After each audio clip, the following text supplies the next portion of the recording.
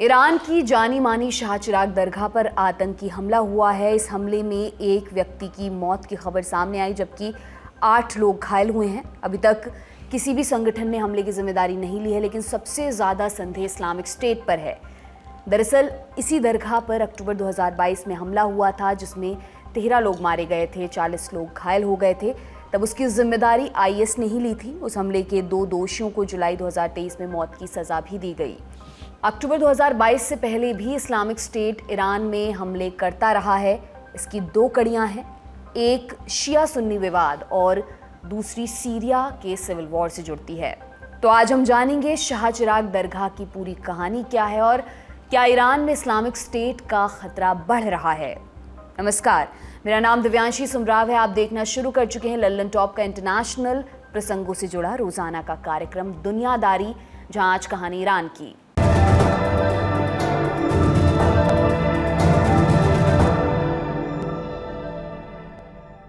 तारीख 7 जून 2017।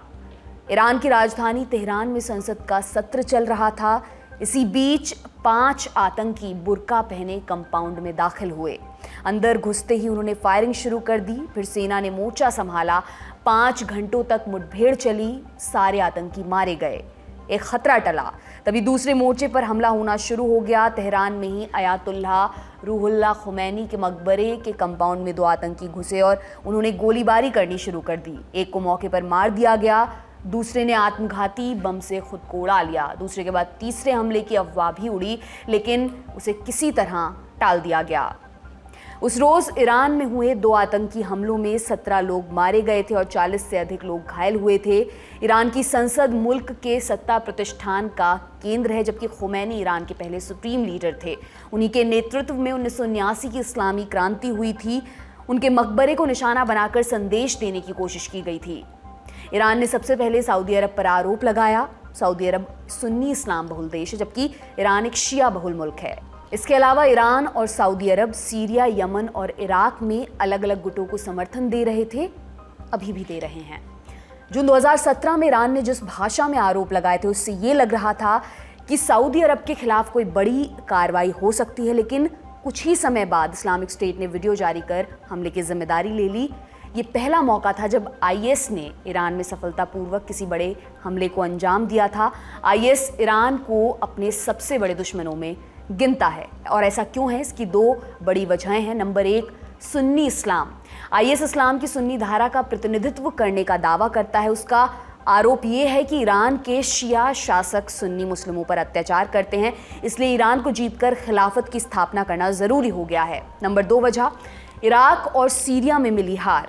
IS की औपचारिक स्थापना हुई थी अप्रैल 2013 में इराक में। उसी समय सीरिया में सिविल वॉर बढ़ रहा था। IS को पांव फैलाने का मौका मिल गया। उसने सीरिया के कई शहरों को अपने कब्जे में ले लिया, फिर अपना नाम बदल कर रखा Islamic state of Iraq and Syria, यानी कि ISIS। खतरा बढ़ा तो अमेरिका और दूसरे पश्चिमी देश सामने आए। IS से लड़ाई शुरू हुई। ईरान पहले से मौजूद था, वो असद सरकार को समर्थन दे रहा था। लेबनान से हिजबुल्लाह वाले भी आए, उनके ऊपर भी ईरान का हाथ है। इन सब ने मिलकर IS को खदेड़ दिया। साल 2017 आते आते उनका दायरा सिमट चुका था। तब IS के लीडर बगदादी ने अपने समर्थकों से कहा, जहां हो वहीं पर हमला करो, और इसी कड़ी में ईरान को निशाना बनाया गया था। हमले के बाद इस्लामिक गार्ड्स यानी कि IRGC ने सख्त कार्रवाई की। आने वाले महीनों में कई संदिग्धों को अरेस्ट किया गया। दावा किया कि कोई खतरा नहीं है, लेकिन सितंबर 2018 में वो दावा धरा का धरा रह गया।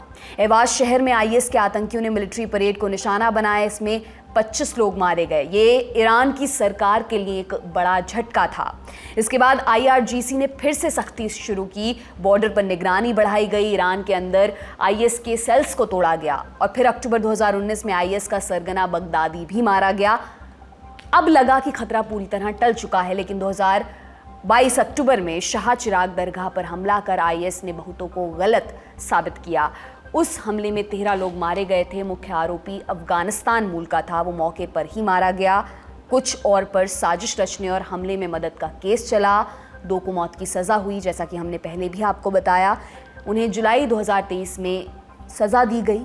3 दोषियों को 5 से 25 साल तक की जेल हुई है। इस सज़ा को ठीक से 1 महीना भी नहीं बीता है कि शाह चिराग दरगाह एक बार फिर से चर्चा में है।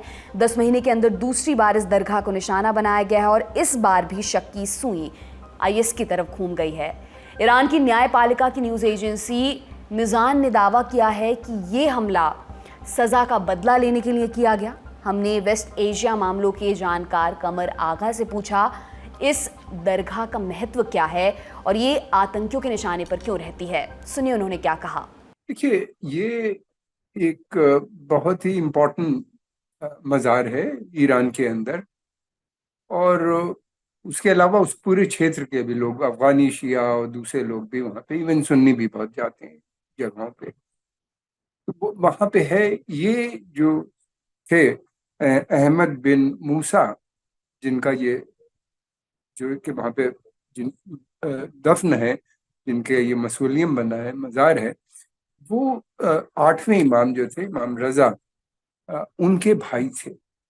इमाम रजा को भी मारा गया था और ये उनसे मिलने के लिए उनके भाई वहाँ आ रहे थे, उनके पास जा रहे थे, तो इनको भी वहाँ पे, मामून रशीद उस जमाने में बादशाह था और उसी ने इनको इनका कत्ल करवाया कहा जाता है, और इनको वहाँ पे दफन है।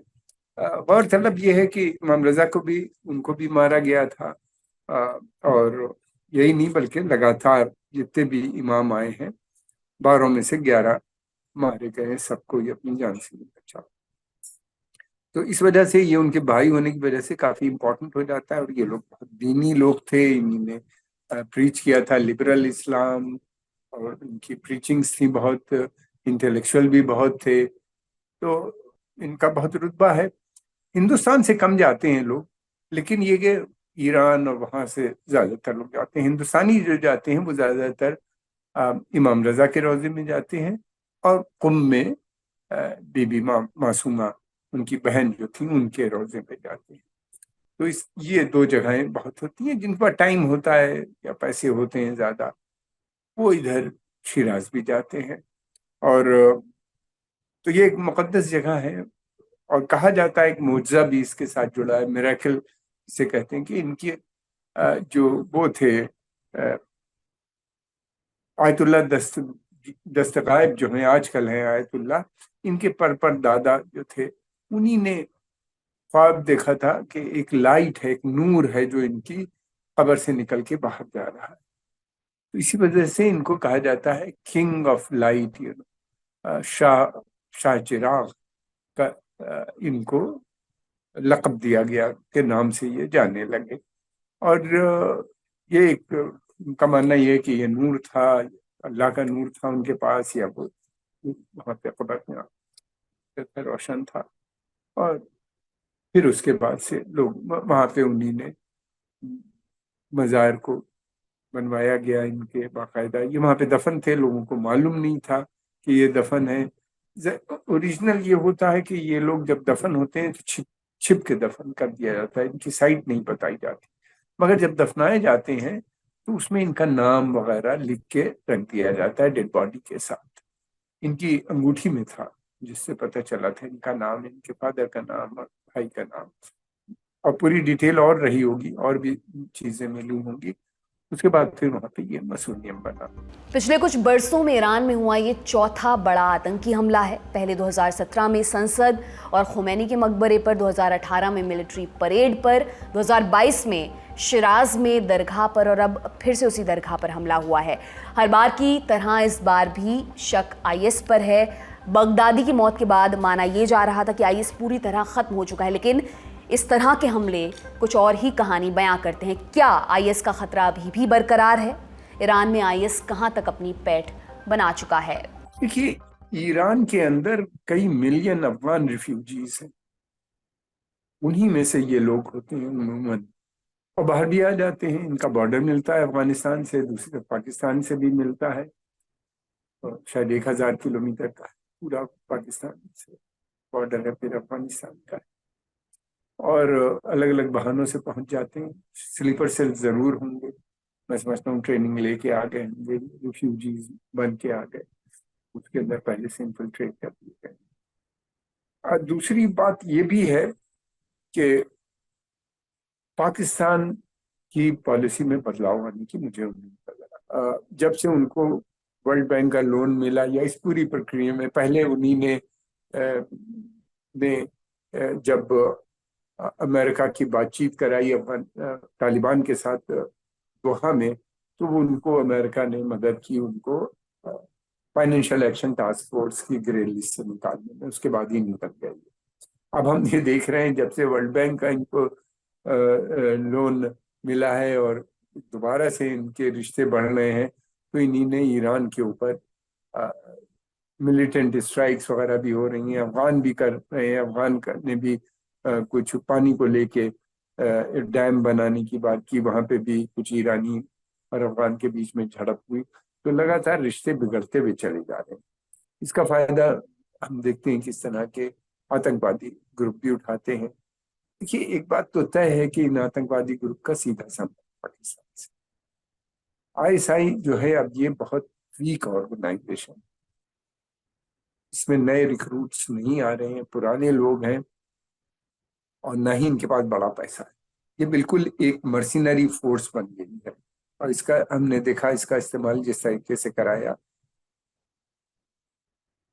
वहां पे श्रीलंका में जब मिलिटेंट स्ट्राइक हुई चर्च होटल्स के ऊपर जिसमें बहुत लोग मरे, ये सब वहां पे उनका क्या इंटरेस्ट था? कोई इंटरेस्ट नहीं था। वहां पे गई कि किसी न किसी ने तो कराया होगा, ये वो ताकतें थी जो भारत विरोधी थी। और इलेक्शन में यही हुआ कि जो प्रो इंडिया गवर्नमेंट थी वो हार गई श्रीलंका में और प्रो चाइनीज गवर्नमेंट सत्ता में आ गई। तो ये इनका इस्तेमाल बहुत से देश कर रहे हैं, खासतौर से पाकिस्तान। पाकिस्तान की पॉलिसी में तो कोई परिवर्तन आया नहीं और मैं समझता हूँ आने वाले समय में ये एक बड़ी समस्या बनने वाला है दोबारा से। क्या शाह चिराग दरगाह पर हुआ हमला फिर से शिया सुन्नी वाली बहस को जन्म देगा?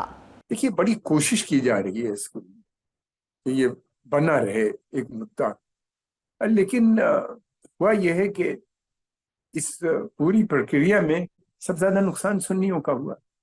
शिया तो मरे ही थे, लेकिन जो इन लोगों ने हरकतें की हैं, आईएसएस या अलकायदा ने जिस तरीके से इराक को बर्बाद कर दिया, सीरिया में इतना को तबाह बर्बाद कर दिया, अराजकता फैला दी वहां पे, या और अफ्रीका के अंदर चैड, नाइजर, माली, कैमरून, नाइजर में जो कुछ हो रहा है, या चैड वगैरह में जिस तरीके से हो रहा हुआ, या उससे पहले माली में, तो ये इससे मतलब कितने देश, सोमालिया पूरा बर्बाद हो गया शबाब की वजह से। नाइजीरिया में बोको हराम ने आफत मचाए, वही नहीं बल्कि आसपास के क्षेत्र में। तो हम देख रहे हैं कि कंट्री एक मुल्क के बाद दूसरा मुल्क और तीसरा मुल्क इस तरह से इनकी चपेट में आता चला। दूसरी बात ये भी है कि मैं समझता हूँ कि यूथ अब इस बात को समझ गया है कि आतंकवाद के माध्यम से सलूशन नहीं निकल सकता। उनकी जो समस्याएं हैं, वो सोच रहे थे कि इस्लामिक स्टेट का गठन होगा, वो सोच रहे थे कि उसके खिलाफत बन जाएगी तो सारे मसले हल हो जाएंगे, लेकिन खिलाफत बनने के बाद और बड़ी हालत खराब हो गई। तो लगता तो नहीं, लेकिन ये कि इस तरह की घटनाएं, आतंकवादी घटनाएं चलती रहेंगी। उसके लिए बहुत से देश हैं सपोर्ट करने के लिए और बहुत से चीज आसान है करना। वहाँ पे भी कैंप्स भी हैं इनके, पाकिस्तान में भी, अफगानिस्तान में भी। जो अफगानिस्तान की हालत है हम सब देख रहे हैं, उनको सुसाइड बॉम्बर्स भी मिलते रहेंगे और इस तरह से बढ़ते। ईरान में आईएस और सीरिया के सिविल वॉर का आपस में कनेक्शन क्या है? सीरिया के हालात थोड़े बेहतर हुए हैं। बशर अल असद दोबारा से उन्हीं ने अपना होल्ड ज्यादातर एरियाज में बना लिया है, लेकिन आईएसएस अभी भी वहां मौजूद है और उसको सपोर्ट भी मिल रही है। बहुत से अमेरिकन ट्रूप्स भी वहां पे मौजूद हैं और लेकिन अमेरिकन अभी तक कोई कंट्रोल नहीं कर पाए। उन्हीं ने सोचा था कि हाफिज अल असद की हुकूमत को वो हटा के एक वहाँ पे पॉपुलर गवर्नमेंट बनाएंगे, लेकिन ऐसा नहीं हो पाया। ना इराक में हुआ, ना अफगानिस्तान में हुआ और ना ही सीरिया में। तो एक मेस क्रिएट हो गया है वहां पे। देखिए, एक बार कोई मुल्क में, किसी मुल्क में अगर अराजकता फैल जाती है तो फिर कई दशक लगते हैं उसको ठीक करने। जैसे कि सीरिया हुआ, इराक हुआ, अफगानिस्तान हुआ, ये सब प्री इंडस्ट्रियल एज में पहुंच चुके हैं। तो इस तरह से बर्बाद किया गया है कि ये दोबारा सारा इनका इंफ्रास्ट्रक्चर सब चीज बर्बाद होता, तो इनको दोबारा से रीस्टैब्लिश होने में इस तो पैसा नहीं होता, फिर ये है कि इनस्टेबिलिटी रहती है, तो इस वजह से फॉरेन इन्वेस्टमेंट भी नहीं आता, तो बहुत समस्याओं से जूझना पड़ता है। इराक में देख रहे हैं, तेल है, गैस है, उसके बाद भी वहां पे न तो बिजली अभी तक पूरी तरीके से पहुंच पाई है और न ही एम्प्लॉयमेंट वो जनरेट कर पाए। करप्शन इतना ज्यादा बढ़ गया है जिसकी कोई हद नहीं, और असामाजिक तत्व बहुत एक्टिव हो जाते हैं, मुश्किल होता है डील करना। और फिर ये इस तरह के जो आतंकवादी संगठन होते हैं, ये और सिचुएशन को नॉर्मलाइज नहीं। सीरिया में हालात वही हैं, और वहाँ पे लोग हैं मौजूद जो लड़ रहे हैं इनके साथ, वहाँ पे ग्रुप्स हैं, स्लीपर सेल भी हैं उनके, जो टाइम टू टाइम वहाँ पे अटैक भी करते रहते हैं। और ये वो लोग हैं जो कहीं नहीं जा सकते, इनको मालूम है कि वहीं रहना है, वहीं मरना है, वो अपना काम कर रहे हैं वहाँ पे। और बाहर से भी थोड़े बहुत आ ही जाते होंगे, लेकिन ज्यादा दिखाई नहीं देते। जैसे पहले यूरोप अमेरिका से बड़ी संख्या में मुसलमान यूथ जा रहा था, भारत से भी कुछ लोग चले गए थे, लेकिन ये कि अब वो जाना बंद। अंत में एक और सवाल, इस हमले का बाकी दुनिया पर क्या असर पड़ेगा? ईरान में 2017 में आईएस का जो पहला हमला हुआ था और अभी ये शिराज में जो हमला हुआ है, उस बीच में काफ़ी कुछ बदल चुका है। तब ईरान और सऊदी अरब एक दूसरे के कट्टर दुश्मन हुआ करते थे, लेकिन मार्च 2023 में उनके बीच डील हो गई। 2017 में अमेरिका सऊदी अरब के करीब हुआ करता था, अब दूरी काफ़ी बढ़ चुकी है। तब अफगानिस्तान में वॉर ऑन टेरर चल रहा था, अभी तालिबान का शासन वहाँ पर है। इस्लामिक स्टेट ने अफगानिस्तान के खुरासान प्रांत में एक ब्रांच खोल दी है, वो वहीं से पाकिस्तान और ईरान में आतंकी गतिविधियों को कोऑर्डिनेट कर रहा है। अरब न्यूज़ की एक रिपोर्ट कहती है कि 13 अगस्त को हुए हमले के बाद 8 संदिग्धों को गिरफ्तार किया गया है। उनमें से एक ताजिकिस्तान मूल का है, बाकी भी विदेशी मूल के हैं। चर्चा है कि इस हमले के पीछे Islamic state of Khorasan province यानी कि ISKP का हाथ है।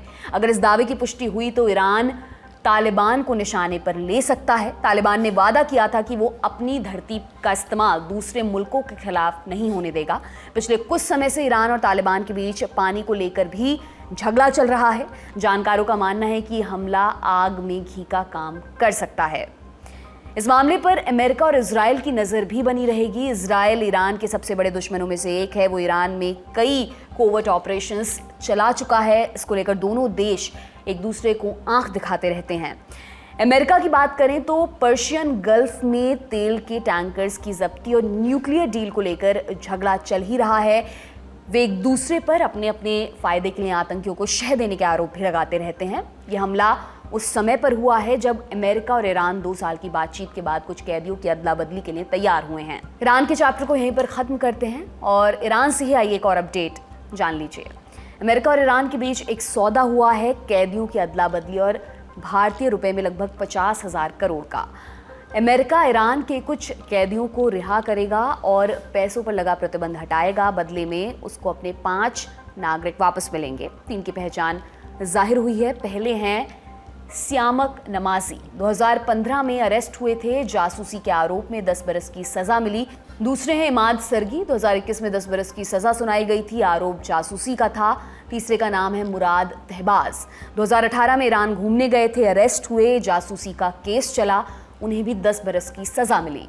बाकी 2 कैदियों की पहचान सामने नहीं आई है। कहा जा रहा है कि वे लोग भी जासूसी के मामले में ही सजा काट रहे थे। उन्हें फिलहाल के लिए जेल से निकालकर हाउस अरेस्ट में रखा गया है। पूरा पैसा ट्रांसफर होने के बाद ईरान से निकलने की इजाज़त होगी। पैसा कहाँ है? साउथ कोरिया के बैंकों में ये पैसा है। और किसका पैसा है? ईरान का ही। 2019 में डोनाल्ड ट्रंप की सरकार ने ईरान पर प्रतिबंध लगा दिया था। उस समय साउथ कोरिया पर ईरान का हज़ारों करोड़ों का बकाया था। अमेरिका के प्रतिबंध के बाद साउथ कोरिया ने पैसा रोक लिया। हालिया डील के तहत पैसे को पहले यूरो में कन्वर्ट किया जाएगा, फिर उसे कतर भेजा जाएगा, वहाँ से ईरान को ट्रांसफ़र किया जाएगा। अमेरिका ने कहा पैसे पर निगरानी रखी जाएगी, इसका इस्तेमाल सिर्फ दवा और खाने का सामान खरीदने में किया जा सकेगा। ईरान बोला ऐसा कुछ नहीं है, कोई निगरानी नहीं होगी, हमारा पैसा हम जहां चाहें इस्तेमाल करेंगे। दोनों के बीच में मध्यस्थ कतर है, उसका बयान सामने नहीं आया है। न्यूयॉर्क टाइम्स की रिपोर्ट के मुताबिक इस डील पर पिछले 2 बरसों से बातचीत चल रही थी। कतर के अलावा ओमान और स्विट्जरलैंड ने भी मध्यस्थता की, तब जाकर ये बात बनी। ईरान अपनी मांगे मनवाने के लिए कैदियों का इस्तेमाल दशकों से करता आ रहा है। सबसे बड़ा उदाहरण 1979 का है। इस्लामी क्रांति के बाद सुप्रीम लीडर खुमैनी के समर्थकों ने तेहरान में अमेरिका के दूतावास पर कब्जा कर लिया था। 444 दिनों के बाद बंधकों को छोड़ा गया। रिहाई के बदले में ईरान ने जब्त संपत्ति से बैन हटाने और इंटरनल मैटर में दखल न देने समेत कई मुद्दों पर अमेरिका से हामी भरवाई थी।